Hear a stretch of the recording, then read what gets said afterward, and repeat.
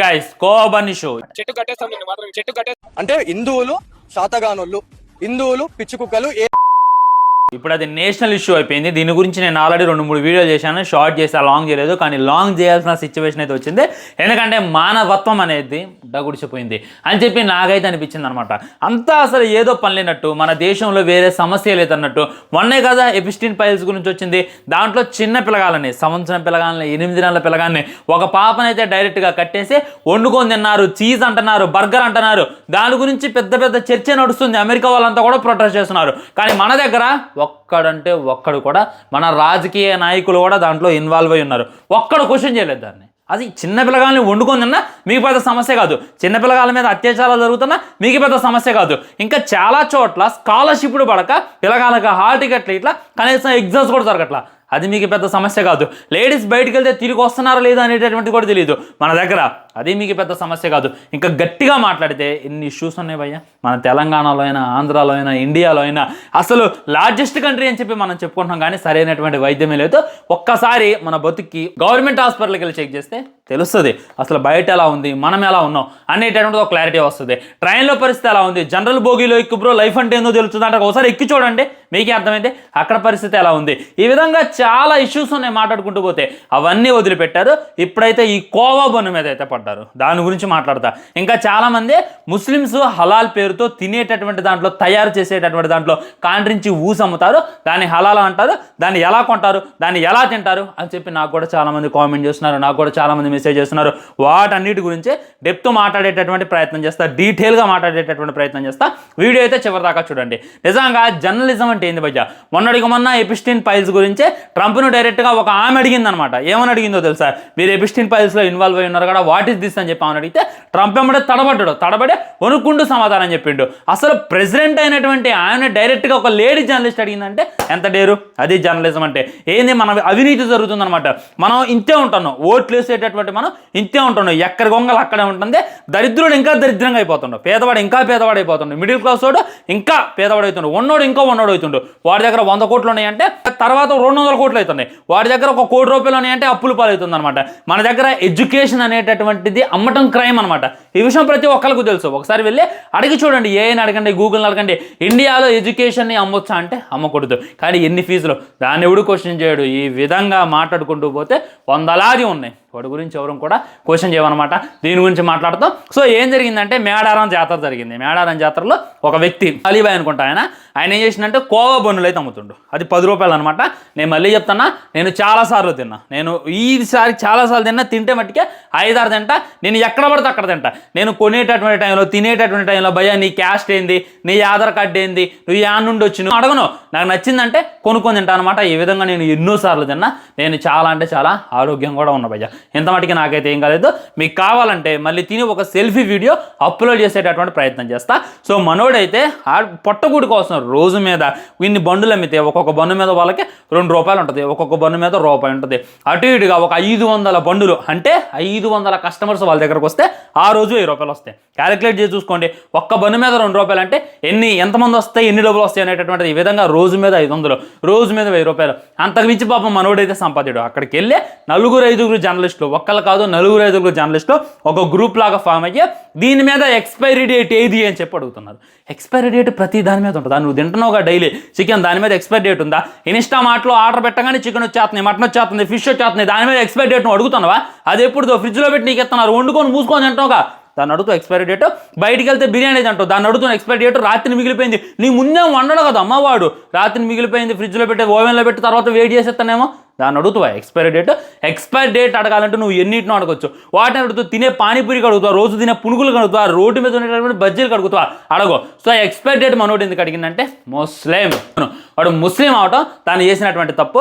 Obviously భయ్యా, ఈ దేశంలో పుట్టిస్తున్నాను నేను, ఈ దేశంలో ఈ క్యాస్ట్ ఉంటుంది, వేరే క్యాస్ట్ వాళ్ళని చాలా చిన్న చూపు చూస్తారు, వేరే క్యాస్ట్ వాళ్ళని చాలా ఇది చేసి చూస్తారు. నువ్వు ఏ క్యాస్ట్లో పుట్టాలి అనుకుంటున్నావు అని చెప్పి ఆ దేవుడు పుట్టించే ముందు అడిగితే ఖచ్చితంగా హిందువులకు పుట్టిమని చెప్పి మేము అడిగేటోళ్ళం. కానీ మా దరిద్రం, మా తాతలు తండ్రులు ఇదే పాటించారు, మేము ఇదే పాటించాలి. ఈ దేశంలో ముస్లింగా పుట్టిన పాపం భయ్యా. ఎమ్మటే ఏమంటున్నాను అనుకోండి, ఓ అదా సంగతి. ఎంత సైకోయిజం, ఎంత ఇదంటే ముస్లిం పేరు చెప్పగానే ఓ అదా సంగతి అని ఆధార్ కార్డు ఏదంటారు. నేను అడుగుతున్నా, ఆధార్ కార్డు గుర్తులో పెట్టుకొని తిరుగుతారా? ఆధార్ కార్డు పద్దాలు ముడ్లో పెట్టుకొని తిరుగుతురా, ఆధార్ కార్డు ఇంట్లో పెడతాడు. వాడేదో వ్యాపారం చేసుకోవడానికి వచ్చిండు, మేడం రోజులో బండ్లు అమ్ముకొని ఒక 10 రూపాయలు మిగిలించుకుందాని వచ్చిండు. అలాంటి వాడు ఆధార్ కార్డు పెట్టుకుని ఎలా దిగుతాడు? అండ్ చాలా మంది వాడికి ఆధార్ కార్డు లేదు బ్రో, దాని గురించి వాడు క్వశ్చన్ చేయట్లేదు అంటున్నారు. ఒకసారి స్క్రీన్ షాట్ చూడండి. చాలా మంది నేనైతే డబ్బులు పంపలేదు, ఇక పంపించేటటువంటి ప్రయత్నం చేస్తా. మనోడికి చాలా ఫండ్స్ అయితే ఇచ్చారు, చాలా ఫోన్పే చేస్తున్నారు, చాలా గూగుల్ పే చేస్తున్నారు. ఒక వ్యక్తి అయితే 2000 తనకి పంపించి ఆ విధంగా బాధపడ్డటువంటి వ్యక్తికి పంపించి నాకైతే స్క్రీన్ షాట్ పంపడం జరిగింది.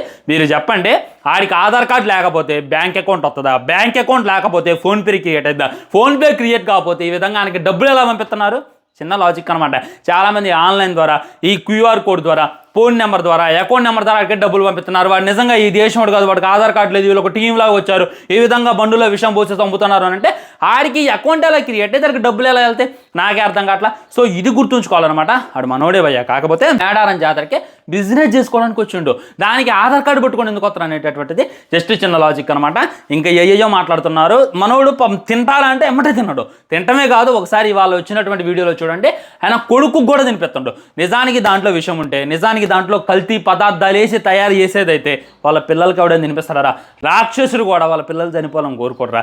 ఇది చిన్న లాజిక్ అనమాట. ఈ విధంగా డైరెక్ట్గా ఎంత చెప్పినా కానీ ఒక్కడిని చుట్టుముట్టి అక్కడ ఉన్న వాళ్ళంతా, నాకు తెలిసి అక్కడ ఉన్న వాళ్ళంతా ఎందుకు సపోర్ట్ చేస్తున్నారంటే బాగా దెంగితున్నారు భయ్య బండ్లు. ఆ కోవాకి ఆ బన్ను పుయ్యగానే, లైక్ ఆ కోవా బన్నులో పుయ్యగానే మొత్తం తినేశారు. తిన్న తర్వాత ఆ డబ్బులు ఎలా ఎగ్గొట్టి వెళ్ళిపోదామా అని చెప్పి చూస్తున్నారు. అదేటటువంటి టైంలో ఈ బక్రాగాడు వచ్చిండు. బక్రాగాడు వచ్చి మూతికాడ మేకి పెట్టి దీనికి ఎక్స్పైరీ డేట్ ఉందో, నువ్వు 10 రూపాయలకి ఎలా అమ్ముతున్నావు, 10 రూపాయలకి ఎలా అమ్ముతున్నావు, ఇంత తక్కువ రేటుకి ఎలా అమ్ముతున్నావు, ఇది ఆలోచించండి అని చెప్పి మీరు నన్ను అడుగుతున్నారు కదా. నేను దానికి కూడా సమాధానం చెప్తా, జాగ్రత్తగా వినండి. పల్లీలు ఎంత ఉన్నాయి? కిలో వచ్చేసి ఇవాళ మార్కెట్ రేట్ ప్రకారం 230 రూపాయలు ఉంది. పల్లీలు పెరుగుతాయి తగ్గుతాయి, ఒకసారి మీరు అబ్జర్వ్ చేయొచ్చు. కానీ ఆ శనగ నూనె ఎంత ఉంది? కిలో 120 రూపాయలు, 130 రూపాయలు. 1 కేజీ పల్లీలలో ఎంత శనగ నూనె వస్తుంది తెలుసా? 350 మిల్లీలు వస్తుంది. అంటే ఈ లెక్కన ఎన్ని కేజీల పల్లీలు అయితే 1 లీటర్ వస్తుంది? అలాంటిది 1 లీటర్ని 120 రూపాయలకు వాళ్ళు ఎలా అమ్ముతున్నారు? ఇది మొట్టమొదటి క్వశ్చన్. మరి ఇన్ని పల్లీలు కానీ అది కల్తీ అని చెప్పి క్లియర్గా కానొస్తూనే ఉందిగా, దాని ఎందుకు ఎవడు క్వశ్చన్ చేయడు? ఒక ప్లేట్ ఇడ్లీ ఎంత బయటంటే 20 రూపాయలు. ఒక ఇడ్లీ తయారు కావాలంటే ఎంత ఖర్చు అయ్యేది? ఆ మినపగుండ్లు ఎంత, ఆ రవ్వ ఎంత? దాన్ని ఎవడైనా అడుగుతుండా? అడగనే అడగరా అనమాట. మనకు వాళ్ళు అక్కర్లేదు. ఎందుకంటే ఈ ఇడ్లీని క్వశ్చన్ చేస్తే పెద్ద పెద్ద హోటల్ దిగొస్తాయి, ఈ ఆయిల్ని క్వశ్చన్ చేస్తే ఇంకా పెద్ద పెద్ద వాళ్ళు దిగొస్తారు. ఆ ఫ్రీడమ్ని దాన్ని దీన్ని అడిగేటటువంటిది లేదు. అంతెందుకు భయ్యా, మీరు ఇప్పుడు పోయి మీ కిరాణా కొట్లు అడిగినా కానీ పాల ప్యాకెట్ మీకు దొరికిద్ది, 1/2 లీటర్ పాల ప్యాకెట్ దొరికిద్ది, లీటర్ పాల ప్యాకెట్ కూడా మీకైతే దొరికిద్ది. వెళ్ళి ఒకసారి చెక్ చేయండి ఎన్ని పాలు సప్లై అవుతున్నాయి మన దేశంలో, ఎన్ని గేదెలు ఉన్నాయి, ఎన్ని ఆవులు ఉన్నాయి, ఎన్ని లీటర్ల పాలు ఉత్పత్తి అయితేనే మనకు వస్తున్నటువంటి పాలు ఏంది? మీరు రైతు దగ్గరికి వెళ్ళి లీటర్ పాలు ఎంత అంటే 100 రూపాయలు ఏంది అడిగాడు. ఏ రైతు అయినా సరే 100 రూపాయలు అయితేనే నాకు గిట్టుబాటు అవుతాయా, విడిగా పాలు బాటిల్లో పోసిస్తా అంటాడు. కానీ మీరు ఇక్కడ 40 రూపాయలకి, 30 రూపాయలకి, 10 రూపాయలు కూడా పాలు కొనుక్కొని తాగొచ్చు. మరి అది కల్తీ కదా? నేను ఎందుకు క్వశ్చన్ చేయట్లా? దమ్ముంటే ఈ విధంగా వైష్ణవి అని, హెరిటేజ్ అని వీళ్ళని వెళ్ళి క్వశ్చన్ చేయండి. మీరు ఇంత తక్కువ రేటుకి ఎలా ఇవ్వగలుగుతున్నారు? మీరు పాలు ఎక్కడి నుండి పిండుతున్నారు అని అడుగుతారా? అడగలేరు. ఎందుకు అడగలేరంటే అంత దమ్ము మనకు లేదు. మన ప్రతాపం, మన దమ్ము ఎవడి మీద తెలుసా? రెక్కాడితే కానీ డొక్కాడదు అనేటటువంటి పరిస్థితి ఉంటారు కదా, భయపడుతూ ఉంటారు కదా, అమాయకశానం ఉంటారు కదా, వాళ్ళ దగ్గరికి వెళ్ళి మీ ప్రతాపం మీద చూపిస్తారు. ఇది కరెక్ట్ కాదు భయ్య. ఈ విధంగా మీరు 4 వీడియోలు చేస్తారు, వాడి ముందు మైకి పెట్టి పామడం తమాయికులాగా ఉన్నాడు, ఒక్కడంటే ఒక్కడు కూడా వాడికి సపోర్ట్ చేయట్లేదు. అలాంటి వాడిని మీరు ఏడిపించి దీని ద్వారా మీరు రీచ్ పెంచుకోవచ్చు, మీరు ద్వారా వ్యూస్ సంపాదించుకోవచ్చు. కానీ అయ్యే డబ్బులు వేసిపోయి నీ ఇంట్లో నీ పిల్లలుగా పెడితే వాళ్ళు అనారోగ్యంతో కుడిచిపోతారు అని చెప్పి మళ్ళీ గుర్తుపెట్టుకో. సో నేను కోరుకునేది ఏంటి అంటే ఆ జర్నలిస్ట్ దగ్గరికి ఈ విధంగా ఆయన బాధపడ్డాడు కదా, ఆ యదవులందరినీ పట్టుకొచ్చి క్షమాపణ చెప్పించండి. దానికైతే నేనైతే చాలా అంటే చాలా సాటిస్ఫై అవుతా, చాలా అంటే చాలా హ్యాపీ అవుతా. ఇంకేం మాట్లాడుతున్నారు? ముస్లిమ్స్ అంటే ఊస్తారు బ్రో, ఊయటం అలా అంటారు, దాన్ని మనం ఎలా యాక్సెప్ట్ చేస్తాం అని చెప్పి చాలామంది కామెంట్ చేస్తున్నారు అనమాట. ఈ విధంగా కొన్ని వీడియోస్ ఉన్నాయి, నేను కాదంట్లా. ఆడు ముస్లిం అయినంత మాత్రాన అందరూ ఆ విధంగా చేస్తారని కాదు బాయ్. చాలా హోటల్స్ ముస్లిమ్స్ హోటల్స్ నడుస్తున్నాయి కదా, మంది తింటూనే ఉన్నాం, బిర్యానీ తింటూనే ఉన్నాం, అరబ్ దేశాల నుండి అయ్యి తెప్పించుకొని తింటున్నాం, వాటన్నిటితో కాంట్రించి వస్తున్నారా? అలా అని చెప్పి కాంట్రించిన తర్వాత ఇది చేస్తున్నారా? అంతెందుకు కాలురాం కుర్బియా ఒక హిందూ మన తెలంగాణ వాడు ఏం చేసిండో తెలుసా? ఐస్ క్రీమ్, కుల్ఫీ, బాదం పాలు అమ్ముతారు కదా, దాంట్లో స్పెర్మ్ కొట్టుకొని దాంట్లో ఖర్చడం వీడియోలు కూడా బయటకు వచ్చాయి. దాంతో పోలీసులు అయితే మనోని మూసేశారు. ఇంకోటి ఎవడో తెలుసా? ఒక పానీపూరి దాంట్లో టాయిలెట్ క్లీనర్ కలిపిండు. ఎవడు? చేతన్ మార్వాడి అని చేతన్ అనేటటువంటి ఒక వ్యక్తి పానీపూరి తయారు చేసే దాంట్లో టాయిలెట్ క్లీనర్లు అయితే పంపిండు. ఇంకోడు డైరెక్ట్గా పానీపూరిలో వచ్చే పోసిండు, వాడు రాజ్దేవ్ లాకం ఒకసారి మీరు స్క్రీన్ షాట్లో చూడొచ్చు. వీడు కూడా గుజరాత్ వాడు అనమాట. సో ఇప్పుడు మనం ఏమన్నాం, ఇప్పుడు ఈ ముగ్గురు కూడా హిందువులే. సో ప్రతి ఒక్క హిందువు అమ్మేటటువంటి దాంట్లో ఉచ్చబోతున్నారు, స్పెర్మ్ కలుపుతున్నారు అని అనలేం కదా. పోనీ ఏం కాదులే బ్రో, మా హిందువే కాబో ఏది పోసినా కానీ మేము తింటామని అనలేరు కదా. మీరు క్వశ్చన్ చేయాల్సింది ఎవరినంటే హెల్త్ ఇన్స్పెక్టర్ని క్వశ్చన్ చేయండి. మరి హెల్త్ ఇన్స్పెక్టర్స్ ఏం చేస్తున్నారు, హెల్త్ మనల్ని కాపాడాల్సిన వాళ్ళు యాడ్ నిద్రపోతున్నారు. ఒక చికెన్ దాంట్లో కలిపేటటువంటిది ఏందో మీకు తెలుసా, అదొక వ్యాక్సిన్ అనమాట. కనీసం ఒక కోడి పెరగాలంటే 3 నెలలు పట్టిద్ది. కానీ ఆ కోడికి ఇంజెక్షన్స్ ఇచ్చి 45 రోజుల్లో పెరిగేలా చేస్తున్నారు. అది తినటం వల్ల ఒకప్పుడు ఆడపిల్లగాలు పెద్ద మనిషి ఎప్పుడయ్యేది 15 సంవత్సరాలకి 16 సంవత్సరాలు, కానీ ఇప్పుడు చూసుకున్నట్లయితే 10 సంవత్సరాలకి 8 సంవత్సరాలకి అవుతున్నారు. అవడం వల్ల గర్భసంచి క్యాన్సర్ కూడా వస్తుంది. దీన్ని ఎవడు క్వశ్చన్ చేయడు. ఆ వ్యాక్సిన్ని బ్యాన్ చేయాలి అని చెప్పి ఎవడు అండు. ఓఆర్ఎస్ అది మొత్తం షుగరే అనమాట. అది అసలు ఓఆర్ఎస్ అది బలాన్ని ఇచ్చేది కాదు, అది విషం. తొందరగా చనిపోతారు, ఆయుష్ తగ్గిద్ది అని చెప్పి మన ఇండియాలో ఉన్నటువంటి ఏ జర్నలిస్ట్ పోరాలా, ఎవరు పోరాలా, ఒక డాక్టర్ పోరాడింది. ఆ ఓఆర్ఎస్ని క్లోజ్ చేయించింది. ఇప్పుడు కూడా అది బ్రాండ్ మార్చుకొని వచ్చి మళ్ళీ మనకి అమ్మేటటువంటి ప్రయత్నం చేస్తున్నారు. దాన్ని ఎవడు క్వశ్చన్ చేయడు అనేటటువంటిది ఆలోచించుకోవాలన్నమాట. ఇండియాలో క్వశ్చన్ చేయాలి కానీ చాలా కల్తీస్ ఉన్నాయి.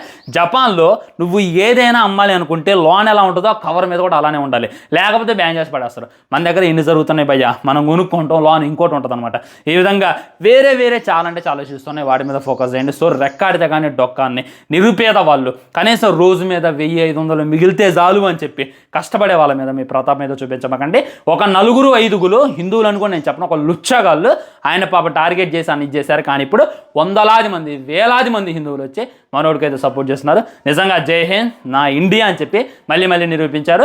ఆయన క్యూఆర్ కోడ్ ఫోన్ నెంబర్ ఏదైనా తెలిస్తే డెఫినెట్లీ మీకు ఇచ్చేటటువంటి ప్రయత్నం చేస్తా. మీ ఆర్థిక సహాయం కూడా మీరు చేసేటటువంటి ప్రయత్నించండి. ఉంటా మరి చేసినా చేయకపోయినా సబ్స్క్రైబ్ నాకు ఫరక పడతలే కానీ షేర్ అయితే చేయండి. బాయ్ బాయ్, నమస్కారం.